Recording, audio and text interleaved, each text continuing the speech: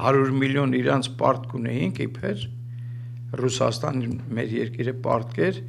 դրա համար Հայաստանից մոտ 4 միլիարդի ապրանք 4 միլիարդի գույք վերցրեցին այդ 100 միլիոնի դիմաց այն դեպքում որ մենք իրանց համար եղել ենք ֆորպոստ եւ բոլոր հարվածները Հայաստանը վերցրել է իր վրա ամեն ինչ արել է իրանց համար ֆորպոստ ենք եղել ժամանակ իսկ երբ որ աֆրիկական պետությունները 10 միլիարդով 20 միլիարդով 5 միլիարդով բոլորը պարտք են եղել Ռուսաստանին իրանք այդ պարտքերը զիջել են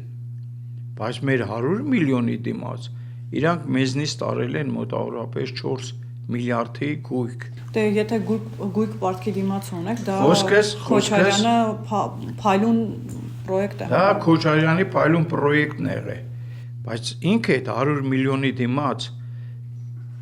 4 միլիարդի գույք է տվել հələ ճաշված ասենք որ իր անձնական շահերն է դա բնդե Ռուսաստանում թե ինչեր արել արդեն կամաց դեռ գիտենք ինչեր արել այսինքն խոսքս Ռուսաստանի մասին է որ Ռուսաստանը երբեք չի գնա դրան ու մեր երկրում հարյուրավոր միլիոնի ներդրում ինքը չի անելու որտեվ ինքը սովոր է եղել միշտ մեզնից տանի Հայաստանից այսենց միջև վերջի այն բանի այն վերջի պատառ հացնել տանի իրանք դրան են սովոր եղել որտեվ մեր նախկին իշխանությունները իրենց սովորացրել են